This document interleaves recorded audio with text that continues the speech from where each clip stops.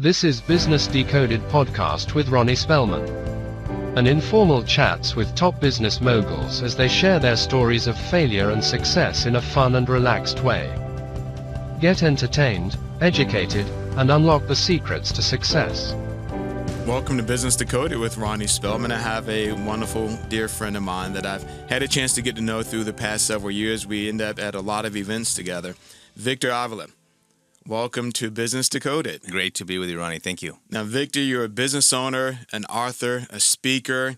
You are a retired Homeland Security special agent. You've had a very diverse career. I know some of it we spoke about your work in the real estate industry, but you extend well beyond that through your law enforcement career. Let's start talking about your law enforcement career. How did you get into law enforcement? Where'd you grow up, first of all? I'm born and raised in El Paso, Texas, on the border. One of the things that kind of influenced me to go into law enforcement was there's a heavy presence of law enforcement in El Paso of all agencies. Being the border, it's always very busy, and I'll give you some examples of that when I actually became a law enforcement officer. It is a very dynamic, very unique compared to the rest of the parts of the country, or at least the interior parts. So that influence shaped my way. But when I was a teenager, I became had some contacts there, some friends that were police explorers. Okay, which is it's connected to the Boy Scouts.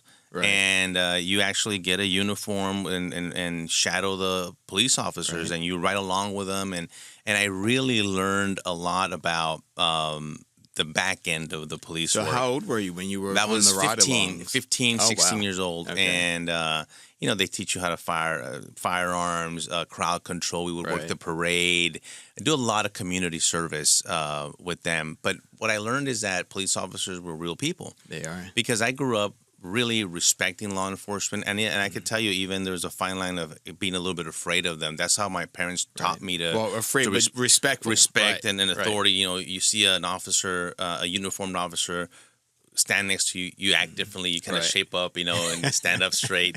And I just realized they were regular people with regular issues and family and the same, and they also ate at the same restaurants because I grew up. Kind of like sometimes with teachers, like teachers they do leave the school, and then you bump into them at the supermarket. Like, what do you mean? It's weird seeing them in the weird store. Seeing them. Well, that's the way I kind of felt about law enforcement, and it really helped me to see how. And I know nowadays we hear about all these tragedies in law enforcement and shootings and all these bad things. But one thing that I say that sometimes people are taken aback is that police work is very boring. Right. And they're like, what do you mean it's very boring? It is actually, being a beat cop, it's actually sometimes very extremely boring, which makes it even that much harder to do because you go from that boredness, from that level of 0 to 10 in a split second. I agree with you. And that. all of a sudden your life is in danger. And that's what makes this job so unique, that you have to be able to go from that to that in an instant. No, and I have so much respect for law enforcement, military. I grew up in a military town in Virginia, and you're right. Those men and women are absolute heroes. When I was in college, I took a ride along with the police department. And you're right. There are just moments where there's a lull, and then in a split second it can change. I did the overnight shift ride along. It was hard. It was really hard, but I developed even more appreciation for our team, our police force. Yeah, I continued on, because of that internship or that community service with the Boy Scouts and being a police explorer. Kind of shaped my way to go into college. Got a criminal justice degree. Part of one of my classes as an intern at UTEP was to be with U.S. Customs inspectors at the ports of entry. That was an actual class. That's interesting. And you would actually do a shift with them, midnight shift, day shift, around your school schedule, and you worked 20 hours a week there. Right. And boy, I grew up going to the border, crossing the border, and I know that very well. So now you get to see the law enforcement perspective of what they're looking at. This is before the Department of Homeland Security was created, obviously. Right. So you had the U.S. Customs Service, you had INS, Immigration and Naturalization Service. They all had their missions of what they're trying to detect. and interdict at these ports of entry, So drugs and family. you don't tell me all the secrets of what happened, but I lived in Southern California for years, and I would go down across the border in Mexico. And I know there's some special technology they use to detect all kinds of items. Oh, yeah. I don't know what it is, but I know that stuff. it seems sophisticated. It is. It's even more sophisticated now. Because throughout the years, technology, and I saw that technology from the early 90s to now improve in sensors and other things, detection devices that people are not aware of, but we have to, try to see who's coming in, what they're trying to bring in. You'd be surprised what people try to bring into the country sometimes, animals. And so you got the agricultural part of it. You got wildlife. You got all these pharmaceuticals, you name it. And so it is a vast, it's busy. It's millions of people doing it every day. There's cross-border people every single day to school, to work. There's trade going on. And that's an interesting point because you're right. The people are crossing back and forth day to day just for work, and they need to be able to get across. But before I go there, I moved to Texas in Dallas, and then my daughters and I decided to take a road trip during COVID, and we drove from Dallas to Southern California. Wow. Stopped in Arizona for a while. That journey from Dallas to El Paso was about 10 hours. Yes, it was a long trip. But so the state of Texas is huge, which also leads me to our border with Mexico is really large as well. It's the largest border. The southern border is in Texas with the country Mexico. It is. So a lot to protect. A lot. And that area from El Paso County, you go east, southeast, Hudspeth County, Culbertson County, it's wide open. Right. I used to cover all that area, and then you all go down to Del Rio, Big Bend area, Eagle Pass, which has been very busy, all the way down to Brownsville. And they all have their unique issues because of what's happening on the other side of the border and cartels and criminal activity. And so each border, the same thing with New Mexico and Arizona and California, very, very unique issues, but it's to me the illicit movement of people and drugs and goods has always been, but it's always been with the check and balance, you know. Sure. Nothing like we've seen in the last 4 years. So you went to college at the University of Texas at El Paso, and you studied directly. I got a Bachelor of Science in Criminal Justice. I studied the identity of Hispanics on the border. It's very unique to be a Hispanic on the border. You're expected to know American culture at 100%, but at the same time, even for my own family, expected to know Mexican culture at 100%. Interesting. And if you didn't, you somehow were seen as kind of it's a strong word, kind of like a traitor. Sure. Like how dare you not know this culture, this song, this singer, this song, this novella, this. Or in the same thing, you got to know Frank Sinatra, Elvis Presley, you know? Right. And my parents, I think, did a good job. My parents were a family of music. Okay. And my parents, including my dad, just had, I'm a big Elvis Presley fan because of my dad. So my dad had Elvis Presley records, Engelbert Humperdinck, all these Americans, Frank Sinatra. So I grew up listening to that music.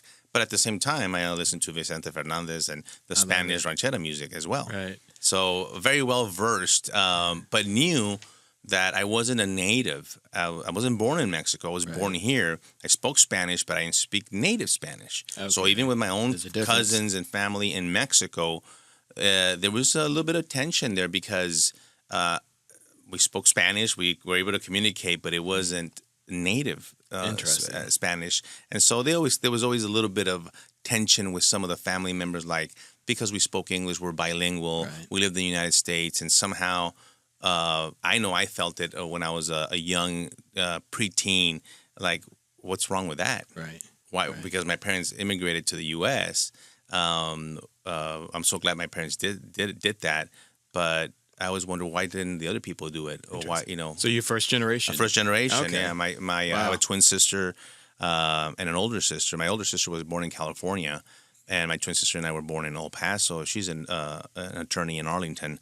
And so, you know, my parents, I say it a lot, I'm the product of the American dream.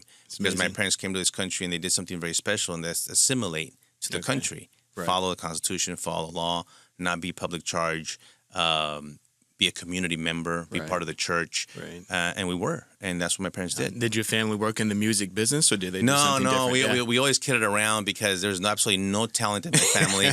No one plays an instrument. No one acts. No one has no natural talent. We had to do it the old-fashioned way and get to work. My family loves music, but I am not musically inclined at all. But I like you, I appreciate music. We love music. Nat King Cole, Frank Yes, Sinatra, like yes. you mentioned, Elvis. It's huge for My me daughter growing up. loves me. My son. I have a 24-year-old daughter and a 20-year-old son. My daughter loves music. I mean, she loves live music. Even when she was really young, we lived in Colorado. We would take her to these concerts. She loves in person to this day. She's probably one of the most persons seen. I've been to so many concerts. Right. And but yeah, music is a big part of our lives. So how did you actually get in and go from college to law enforcement? One, I know people think maybe you just sign up and go, but there's a lot of work to get in testing, both Yes. physical and Yes. mental acuity and the like to get into law enforcement. So my goal with everybody was federal. You want to go Right. federal, right? It doesn't automatically happen for everybody, not for me. So my opportunity came to become a state parole officer for the Texas Department of Criminal Justice. Makes there was sense. a contact there. I was 22 years old. I get hired. There's a small academy in Austin. I go to that, and I love that job. It was, first of all, I got introduced to the criminal underworld culture that exists here every day that I never knew really existed. Right. I was still one of those people that thought that when people went to prison, they stayed there forever.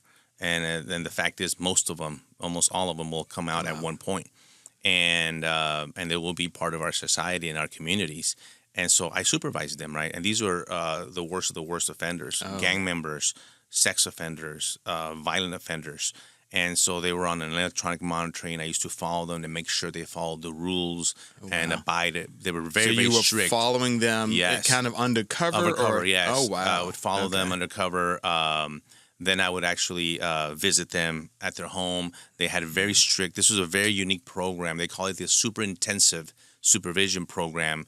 These are individuals that were released by law, not by parole. Right. Very few people are actually released on parole. When you go out and you hear about the parole board, Right. and most people are denied at the parole board. At one point, you are, by Texas law, released what they call mandatory release. Okay. And most of these people were already individuals and offenders were mandatory release. And you're like, you shouldn't be out. You should still be in prison. So my supervision of them was an extension of them being in custody, except them serving their time inside the walls. They're serving it outside. And so their job, their abilities to do certain things were integrating them back in society. Some people do not reintegrate. Right. As a matter of fact, there's a 98% recidivism rate. 98? Yes. Oh, so wow. 2% of these offenders would actually be successful. 98? That's a huge It's number. huge. It's an incredible amount. They would reoffend and reoffend and reoffend.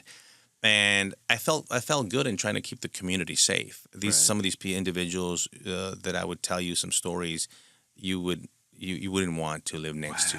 And so I did that, and I discovered that there was a job very, very similar to mine at the federal level as a United States probation officer. Right. Because I had met some U.S. probation officers, and I'm like, what's going on here? I didn't know anything about U.S. probation officer. Well, we kind of do the same thing, but at the federal level. Right. Plus, it kind of pays twice as much as what you make in the state. That helps, right? And so I applied, and I got hired, and took me to San Antonio, Texas. Became a federal probation officer, worked for the U.S. courts. But I started working in the court system, writing the pre-sentence reports for the district judges, dealing with the attorneys, the public defenders, the assistant U.S. attorneys, and the special agents. That's so impressive. the special agents the investigators would provide the reports, that we needed for the offense conduct. And you quickly learn that federal investigators are very, very poor writers. They don't know how to write. And so we need to re-interview them for a lot of details that we need to be able to calculate the federal sentencing guidelines. Those interviews throughout the years, I got to meet a lot of agents from all agencies, FBI, Secret Service, DEA, U.S. Customs, INS, you name it. All these diverse cases, right? And I said, I want to do what they do. I don't want to be writing about it. I don't want to be Right. reading about it. You want to be I want to be out what there. they do. Yeah. Interesting. And I did. I did. 5 years after being a federal probation officer, I applied to be a U.S. Customs Special Agent. This is when DHS literally was in the making. And DHS was officially created in March of 2003. And that's when I was going through the process. When I got hired, I went to a U.S. Customs Academy, but they were still working out the details. Sure. They didn't even call it ICE yet. Right. They hadn't even invented the badge yet. So my picture of my graduation from the academy, I'm holding up a U.S. Department of Treasury U.S. Customs Special Agent badge. Interesting. But my certificate says U.S. Immigration and Customs Enforcement. Okay. Very awkward. Okay. I was one of those that went through the growing pains of a new agency. But what's fascinating, though, is even though it's a government entity, you're still pioneering. You're part of that process of helping to create and really build out this organization around Homeland did Security. it fall on our shoulders. Right. A lot of people left. There's Sure. a lot of movement of people and personnel. Why do you think that was, though? Why? Some just the philosophies of merging immigration with customs just did not make sense. Sometimes to me, to this day, didn't Sure. make sense. I don't know who thought about that. Very different agencies, very different missions. Why stay for you? For me, it was public service. For me, it was public safety. To this day, Right. I don't care what you call me. Right. I don't care what. Yeah, if you're you're on a gonna mission. if you're gonna give me an immigration authority, good. Right. The U.S. Customs Authority is a great one. Even in my credentials, if you see a U.S. Customs, or right now DHS, HSI Special Agent, if you read the credentials of what it says on there, no other credentials, not an FBI agent, not a DEA, will say the same thing. You'd be surprised what it says on there because of the authorities given to us under the old U.S. Customs law. amazing. And U.S. Customs was created back in 1879. So this is an old agency. Right. And so it brought that, and then they merged the Immigration Naturalization Service, very different trainings.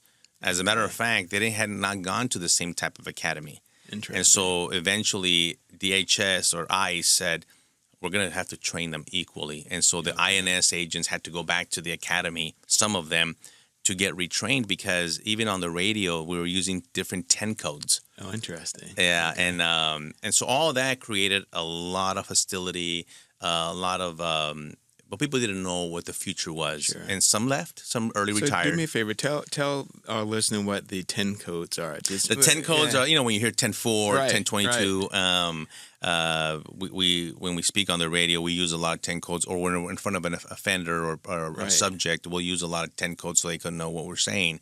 1059, transport, all these different codes. Well, most of them are across the board, right? Sure. Police use, like a police department will use the basic 10 codes. Ours in the U.S. Customs were a little bit different, but I'll give you an example of one 10 code that was very, very controversial with INS and Right. Customs. 1022 for us is disregard. It's over. Right. We're done. We get on the radio. Hey, we're on 1022 this operation. Well, INS used the code, and it's still to this day, Border Patrol uses 10-3. Okay. So the INS would get on an INS, you call them legacy. Are you legacy Right. INS or are you Right. legacy customs?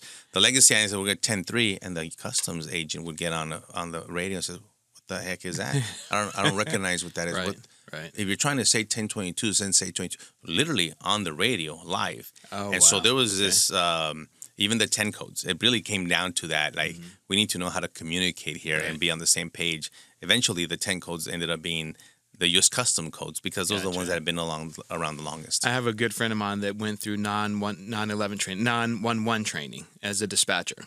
And so him having to learn those codes and understand what they meant and being able to work between the paramedics and the police officers and make sure that communication was consistent. It's a lot to know and remember and to make sure that you know it when you're under pressure. Right, Yes. that you remember what the code means because it could be, in some cases, life or death. Absolutely. The 10 codes are extremely important. And all these acronyms, too. Right.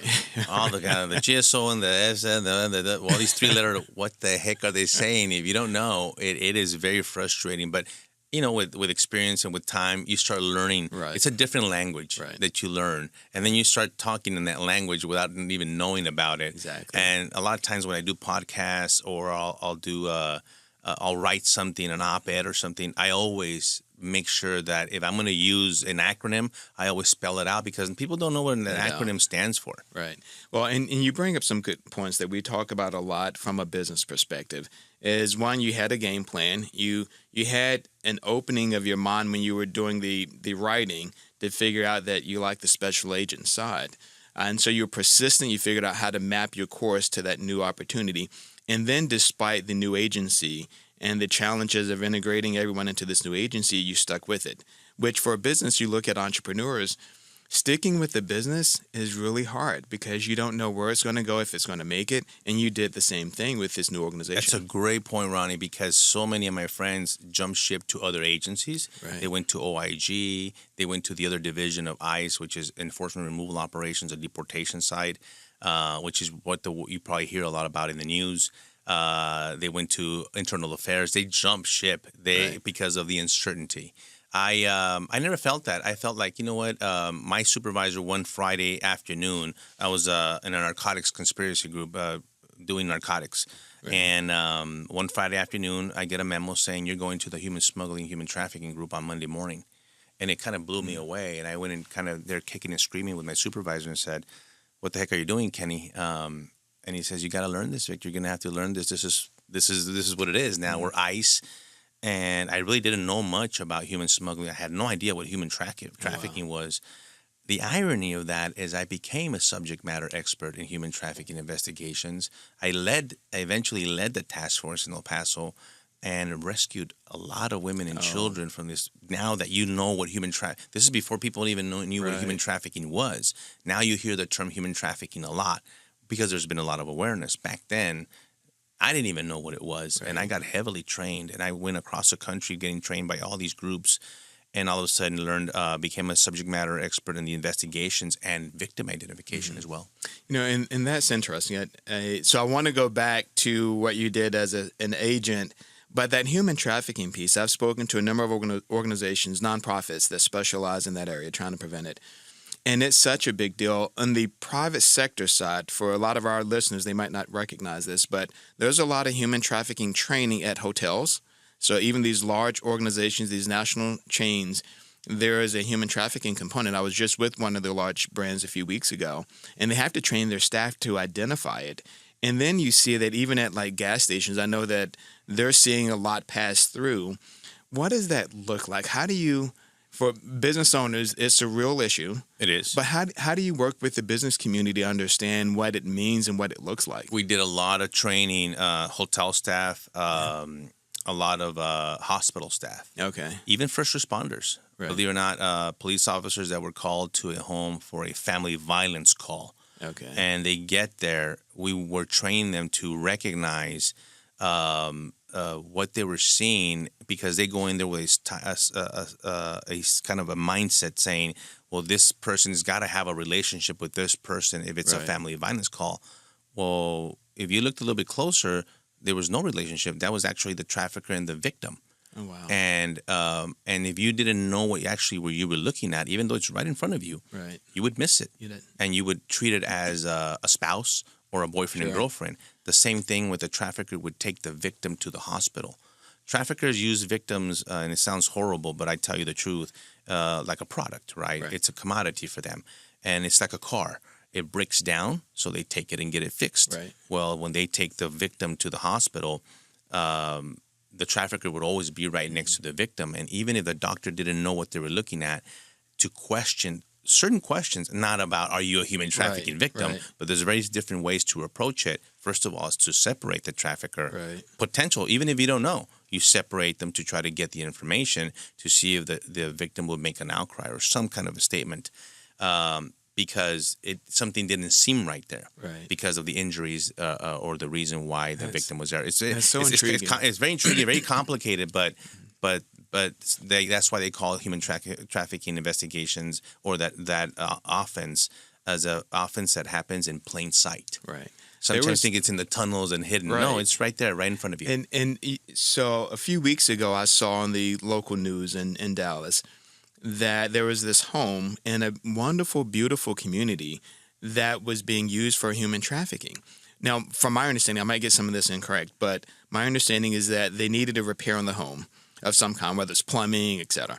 And the person comes in, or HVAC, the person comes in, and that specific business person recognized that it just didn't add up. When they walked in the home, they saw a lot of beds in the different rooms, and something didn't add up, so they notified the authorities, and they came in, and it ended up being a pretty large bust in a beautiful community. Sometimes you don't know it's right next door to you. Right next door. I did a case once of a forced labor case. They had this young girl, basically a slave in the house, in a very, very, I would call it a mini mansion house. Asian family had her captive there. The neighbors never saw her. She had to clean the house. She had to make all the food for. They love to entertain, and the guests would see her. They thought she was just like the hired help, right? Until one of the neighbors, saw a glimpse of her, and said, "Wait a minute, where's that young girl? I think they had her since she was the age of 12. At the time that we got her, she was already 19." And that phone call, and as a matter of fact, most of the calls, most of the human trafficking investigations that I did, some were victims that escaped, but the majority of one was an outcry or a call from a concerned person saying, something's going on right here. I don't think this is right. And we moved on it, and we were able to rescue a lot of victims. That's incredible. And I know we're at the near end of this show. We have to have you back on and for our next program, because I want to dig more into your book and your movie and your real estate career. But tell me if you can give us just an overview, and we'll come back and talk more about this. But your book is Agent Under Fire. Tell us about the events that led up to your book, like the real life story of what happened. Just give us a glimpse of it. And then when we come back for the next show, I want to get more in detail so our listener can understand your bravery and what you did to serve our country. I appreciate that. Yeah, I wrote this book because I wanted to make sure that I put the story down on paper, and also as a tribute to Agent Zapata, who was we lost in the line of duty. This is during our assignment in Mexico. I was stationed out of the embassy in Mexico City, and we got an assignment on February 15, 2011, to drive from Mexico City down towards the Texas border near Monterrey to pick up some equipment. On the way back, we were ambushed by Los Zetas Cartel and brutally attacked, shot over 100 rounds. Wow. And it's just the two of you, just you and the two your of us partner. in our vehicle, and Agent Zapata tragically lost his life there. I'm here by the grace of God, taking 3 bullets, one in my chest and 2 in my left leg. And so when you go through a tragic event like that, so your life gets turned upside down, but not just mine, that of my families and friends as well.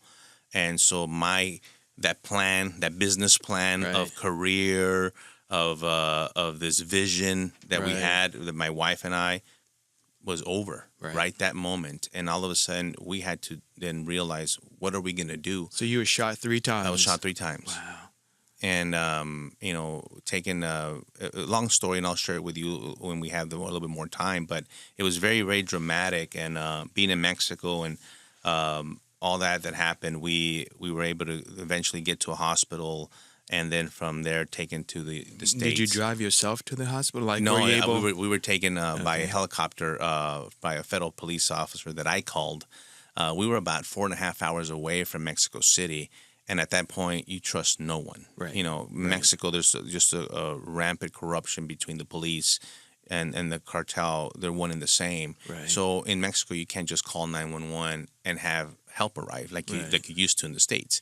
There, you have to call certain personnel that are aligned with you to be able to help you, not corrupt. And so that's what I had to do. I called the only person I trusted in Mexico, the commander that I used to deal with and work with on a daily basis, and he was able to deploy from Mexico City down near San Luis Potosí, where we were at, Mexican military and Mexican federal police to rescue us, because we were on that highway for 40 minutes before anyone showed up. Oh, wow. That's a long time. Were you in the gunfight the entire time? No, it was basically two shootings. One initially when they forced us off the highway onto the right shoulder. 8 shooters surrounded us with AK-47s and handguns. There was one shooting there.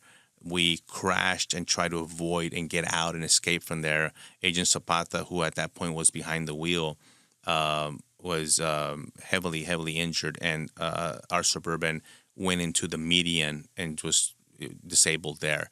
Okay. Then we thought they were leaving the 2 SUVs full of cartel members. One left, one did a U-turn, came back. Oh, they got off, and you could see pictures online of this. They got off with 2 AK-47s. They stared at me right in front of the hood of the Suburban in the windshield, and this is an armored vehicle. Oh, wow. And they tried to penetrate the glass by shooting in the same spot. So they both opened fire, and at that point I just was frozen in the front seat. I think they thought, first we left the survivor. We can't leave any survivors. We're going to go back and make sure they're dead. And they just unloaded, thinking that the bullets had gone through the glass, and the other bullets had already come through the window. We had already been shot. Then they left and took off, leaving us for dead. Wow. Why do you think they ambushed you? What was the intent? So the cartel there, that's a great question. It's a little bit of a loaded question because a lot of things were going on at that time. The Zetas cartel were expanding and very ruthless, very violent. These are the ones that introduced decapitations and stuff like that, medieval type of torture of these individuals. And they controlled that whole corridor. We knew that. Right. We knew that. I challenged the assignment. A lot of things happened before that because we knew the intelligence of these guys, of how they controlled that area. Their statement would be officially is that they wanted to carjack us and they wanted the Suburban. I don't believe that for 1 second because I told them that we were Americans, that we were U.S. Embassy employees, that we were U.S. diplomats, and they actually testified to that in a D.C. court. I never had a scumbag or an evildoer actually corroborate my statement, but they in fact said, "Oh yeah, we heard them, that they were Americans." So they knew we were Americans, and they still decided to open fire when many other agents across Mexico from other agencies have been held at gunpoint by cartel members. And once they find out these are U.S. federal agents, they kind of say, "Hey, we don't want to mess with the federal government," and they let them go. That didn't happen that day in 2011. That is tragic. Very tragic. But one, you're a survivor. You're a hero to so many people in here in the U.S. So I'd love to talk more about that when you come back. And then I want to definitely talk about your real estate career, your speaking engagements. I appreciate having you here. Well, thank you. I'm very glad to be here, and I appreciate the opportunity to tell the story. Thank you. Victor Avila, appreciate you being here again. Thanks for joining us on Business Decoded. Thank you for listening to Business Decoded podcast with Ronnie Spellman. Please be sure to subscribe and share and stay tuned for more incredible Business Decoded episodes.